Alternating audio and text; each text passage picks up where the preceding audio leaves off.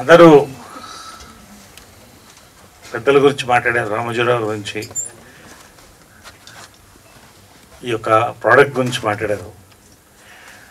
రామోజీరావు గారి గురించి క్లుప్తంగా చెప్పాలంటే, కృషి ఉంటే మనుషులు ఋషులు అవుతారు అనేది ఫస్ట్ స్టేజ్ అండి. రామోజీరావు గారు కృషితో ఋషి అయ్యి, లెజెండ్ అయ్యి, హౌస్ హోల్డ్ నేమ్ అయ్యి, ఇవాళ భారతదేశ సినిమాని, తెలుగు సినిమాని ప్రపంచ చరిత్ర పుటంలో పెట్టేసి మనందరికీ నవ్వుతూ వెళ్ళిపోయారండి. నిజంగా ఐ మిస్ ఇవ్వండి, మనస్ఫూర్తిగా చెప్తున్నాను.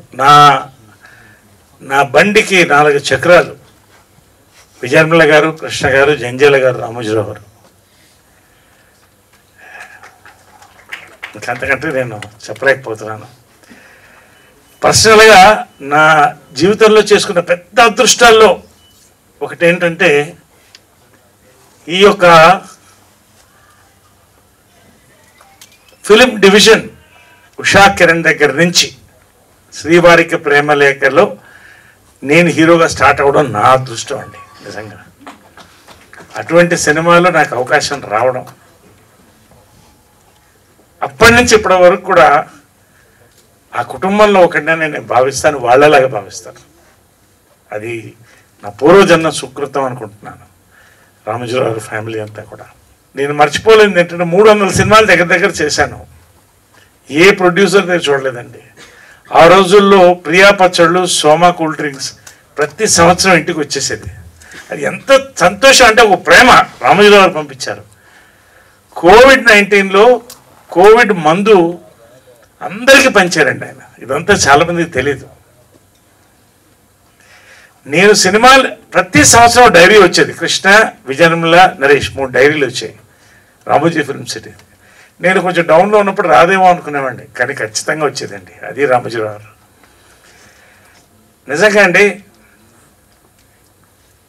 నా అదృష్టం ఆ కాంపౌండ్తో లింక్ అయ్యి.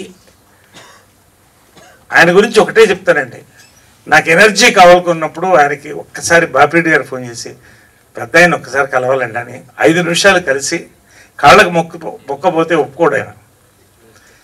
5 నిమిషాల తర్వాత, సార్ నేను వెళతాను, యువర్ టైం ఈజ్ వాల్యుబుల్ అంటే, అందరి టైం వాల్యుబుల్ అండి, మీకు నా టైం ఎంత వాల్యుబుల్, మీ టైం కూడా నాకు అంతే వాల్యుబుల్, కూర్చోండి మాట్లాడాడని. ప్రతి విషయం అన్నీ మాట్లాడుకుని తనివితేరా వచ్చామంటండి. లాస్ట్లో ఆయన చెప్పింది ఏంటంటే,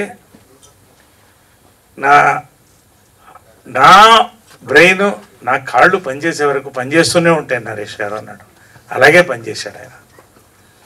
నెక్స్ట్ ప్రాజెక్ట్ ఏంటని అడిగాను. లైఫ్లో నేను మర్చిపోలేను. I'm building a memorial for myself. అంటే I don't want to say beyond that.